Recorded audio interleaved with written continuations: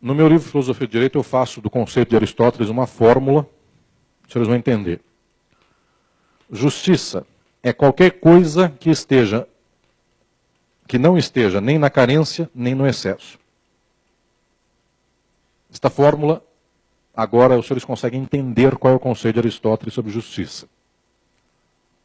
Justiça é qualquer coisa que não seja nem carência, nem excesso. Muito bem. Portanto, a medida do justo é altamente variável, porque carência e excesso são conceitos que podem ser aferidos somente em condições concretas. Eu dou um exemplo no livro de Filosofia do Direito, e nas minhas aulas, e todos aqui vão entender, eu vou usar também para cá. Eu moro na beira do Rio Amazonas, numa comunidade ribeirinha de 10 casas, na beira do Rio Amazonas.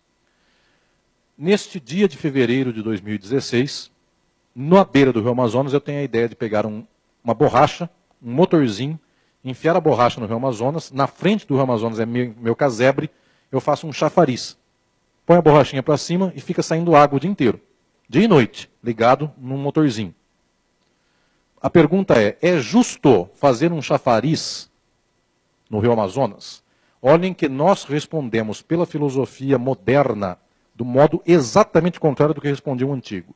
A cabeça de todas as senhoras e todos os senhores foi programada para responder de outro jeito. É a resposta capitalista.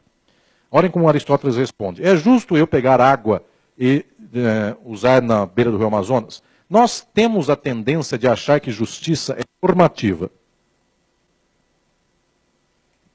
Nós vamos pegar uma norma do Departamento de Água e Esgoto que vai dizer o seguinte: justiça da água é usar X litros d'água por dia.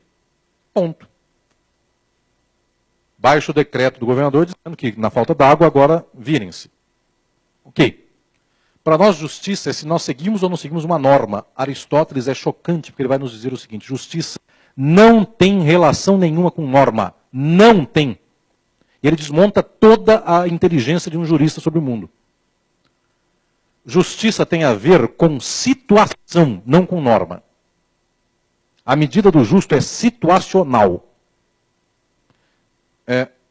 Em termos de história do pensamento jurídico, muitos chamam isso por justiça casualística, que é só dos antigos, os modernos não têm.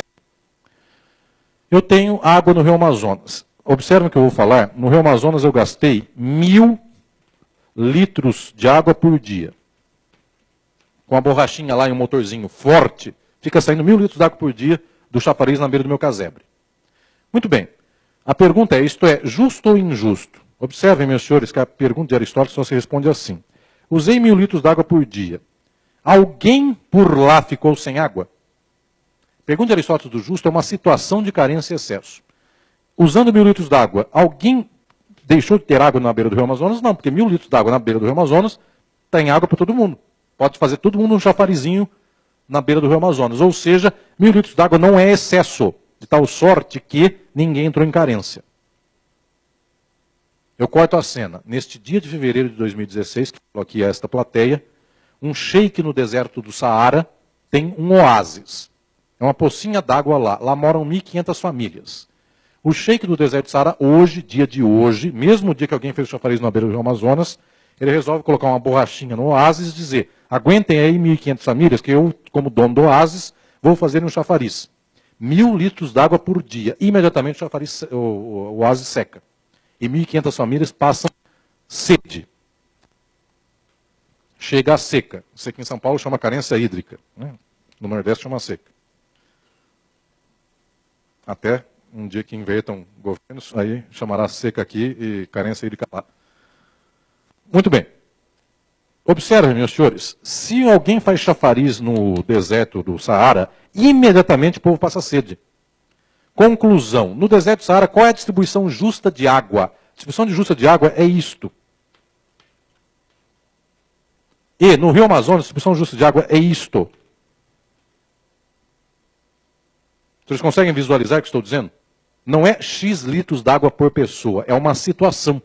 Aqui a distribuição é muito pouca, a diferença entre quem tem menos e quem tem mais. Aqui no deserto do Saara. No Rio Amazonas, eu posso brincar com a água que não estou tirando de ninguém. Conclusão de Aristóteles: justiça se mede pela economia. pela riqueza de fato existente. E é uma distribuição. Então ele está seguindo Sócrates e Platão. Eu tenho que dar água para quem não tem. Quanto? Quanto for necessário para cobrir sua carência. O dia em que todos os seres humanos tiverem um teto digno, eu posso ter 2? Sim. Eu posso ter 14? Sim. Azar é seu que vai limpar 14 tetos. Mas enquanto os seres humanos não tiverem teto, uma pessoa ter uma mansão e outra morar na favela é injusto. Os senhores entendem o que estou dizendo? Exemplo 2. No Japão, eu tenho aqui minha querida Lidiane, que acabou de chegar de lá. No Japão, morar em 20 metros quadrados já é quase uma mansão. Em 100 metros quadrados em Tóquio é uma baita de uma mansão. Por quê? Porque Tóquio é uma cidade que foi erigida no meio de montanhas, sobra pouco terreno, e não tem espaço mesmo para colocar não sei quantos, cento e tantos milhões de japoneses naquelas 4 ilhas. No Brasil, cidade de São Paulo, tem terreno de esquina que não tem o que fazer, derruba uma casa, faz estacionamento, sobra terreno por tudo quanto é lado. A cidade de São Paulo tem um território vasto para colocar gente. Muito bem, eu posso dizer no Japão que justiça seja dar 12 metros quadrados por pessoa, porque é o que tem para dar. Então, um tem 12, uma família que tiver 6 filhos em Tóquio, eu dou 22 metros quadrados. É o jeito que eu tenho de não ter carência nem excesso. No Brasil, eu podia dar 22 e 257. Porque o problema não é falta de terra, de espaço. Mas tem uma questão, meus senhores. No Brasil, nós temos quem tem 500, 794, quem mora na Vila Nova Conceição tem 973 metros quadrados, quem mora não sei aonde tem 1.273, e tem gente que não tem nada. Vai dizer Aristóteles, injustiça. Porque alguém está em carência. Enquanto alguém estiver em carência, o resto, alguém está em excesso. Quem é o justo não é quem dá 20 metros quadrados por pessoa, não é uma medida matemática. É quem toma uma situação e vai dizer, no Japão é o que eu tenho para dar, 10 metros quadrados. Em São Paulo eu tenho 29 metros quadrados para dar, tenho. E se eu moro, desculpa o termo, na minha terra natal, que é Catanduva, eu tenho um pasto lá que está em cana de açúcar, se eu desmatar aquela cana, cortar aquela cana e queimar, dá para morar em 253 metros quadrados. Pindorama, então, que é do lado de Catanduva, eu faço 1.000 metros quadrados por pessoa. Quem é de Pindorama se sentiu ofendido. Muito bem. Não tem aula, não está sendo passada para todos, né, esse curso. É só presencial. Mas sempre tem alguém que vem falar, eu sou daquela região, no final. Né? Parabéns, eu sou de Santa Adélia, eu odeio Pindorama. Tem essas coisas. Muito bem, meus senhores. O que eu estou dizendo para todos é que nós temos aqui uma distribuição distinta de carência e excesso, mas toda ela é social. Eu não penso em quem tem registro de cartório de um imóvel, eu penso em todos. Agora vem o genial Aristóteles. Quem é o justo? Juiz, magistrado, advogado, ser humano que não é jurídico, que não tem vida jurídica, profissional jurídica. Qualquer um é justo somente numa condição, quando ele tira do excesso e dá para o carente. Quem tira de quem tem mais e dá para quem tem menos. Então Aristóteles vai dizer que a justiça tem um tipo. Os senhoras e os senhores vão entender o que eu vou explicar aqui. Tal qual tipo penal tem um verbo. Os senhores se lembrem das lições do direito penal, ou até quem trabalha na área penal. Cada tipo penal tem um verbo. O homicídio é matar alguém. Roubar alguém, o roubo, etc, etc, etc. Cada tipo penal se identifica por um verbo. Aristóteles vai dizer que cada virtude se identifica por um verbo. Paciência é suportar. Alguém fala e eu escuto. É o verbo da paciência. Honradez é dignar-se nas condições humanas, e que assim vai, cada verbo identifica uma virtude. O verbo da justiça, agora é o clássico, é a mais importante definição da história do que a justiça, vai dizer Aristóteles, o verbo da justiça é dar. É o que identifica a virtude do justo. Tanto é que os romanos, que não tinham vontade nenhuma de fazer filosofia, nem se preocupavam com isso, pegaram Têmis e de que misturaram e dividiram por 2, deu a deusa Justícia. Os romanos, que não tinham definição nenhuma do que era justiça, copiaram a de Aristóteles, é cópia literal. E os romanos definem assim no direito romano, e até hoje vem para as faculdades de direito. Justiça é dar a cada um que é seu. O verbo da justiça é dar. Quem descobriu que o verbo da justiça é dar é Aristóteles. O verbo que identifica a virtude do justo é dar. E o que é dar? Dar é isto. É tirar de quem tem em excesso e dar para quem tem carência. Observem, meus senhores, que até hoje o Poder Judiciário, o doutor Paulo pode me confirmar isso, o Poder Judiciário vem das tradições linguísticas e verbais de tempos seculares e milenários do passado, e a pessoa ainda vai dizer o seguinte: eu vou fazer uma sentença, ou vou aqui escrever um acórdão, eu vou distribuir justiça. É exatamente a expressão de Aristóteles: dar justiça, distribuir justiça.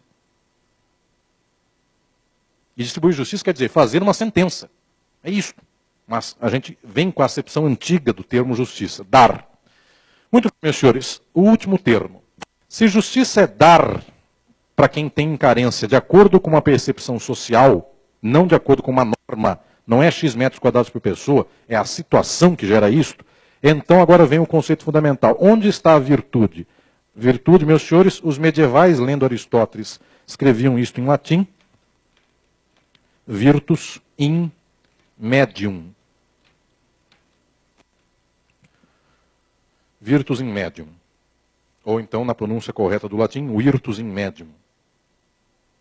Dado que virtus é um latim vulgar. Virtus in medium. A tradução de virtus in medium para o português, a virtude está no meio. Isto sempre foi ensinado por todo lado. Aristóteles nos ensinou que a justiça está no meio, a virtude está no meio. Exatamente por quê? Se eu tenho uma pessoa passando fome e outra que tem mais do que a sua boca, tem mais comida que a sua boca pode comer, eu tenho injustiça. Onde está a justiça? Está no meio. Nem na carência, nem no excesso. Quando eu tiro de quem tem excesso para quem tinha em carência, eu tenho o meio. A virtude está no meio, nunca nas pontas. Se eu tenho uma sociedade na qual 1% tem 50% da riqueza e 99% da sociedade tem o resto, vejam, é quase absurdo pensar na hipótese de eu chegar numa sociedade na qual 1% das pessoas tenham 50% da riqueza e o resto se vira com a metade.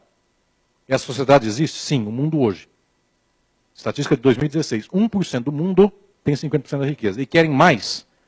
40% da riqueza do mundo pertencem a 36 pessoas. Se forem demandadas, se o Poder Judiciário de qualquer país do mundo for demandado pelas 36 pessoas dizendo: eu possuo 7 bilhões de dólares, alguém invadiu um terreno que é meu, qualquer Poder Judiciário do mundo mandará sair daquele terreno a pessoa que invadiu, nunca se fala ocupou. Por quê, meus senhores? Porque no final das contas a nossa justiça é dizer: se um tem, azar do resto. Nós nunca medimos por meio, nem por carência, nem por excesso. Nós medimos por norma. Se a norma falou que quem registra é dono, quem não registra não é dono. Bem, está dado. Nossa justiça é normativa, não é Brasil. Todas as sociedades capitalistas são normativas. E Aristóteles está dizendo que a justiça não é normativa, ela é situacional. Ela é observada a partir de condições concretas. Este homem é genial. A sua filosofia do direito durou séculos e milênios, até que chegou o capitalismo e Aristóteles foi jogado no lixo. E hoje, basicamente, ele disputa o panteão de odiado mor junto com Platão, seu mestre. Eles entram no mesmo bloco dos odiados da história. Vou mostrar na próxima aula quando chegará o bloco dos louvados. Serão exatamente aqueles que disseram: se você é rico e você é pobre, porque Deus quis. Foi tão louvado quem falou isto que virou santo. Enquanto Platão e Aristóteles, um foi preso, o outro foi exilado, e o mestre dos dois morreu. Nossos heróis, portanto, já disse uma música, morreram. Não foi de overdose, mas enfim, morreram. Foi de overdose de ideias.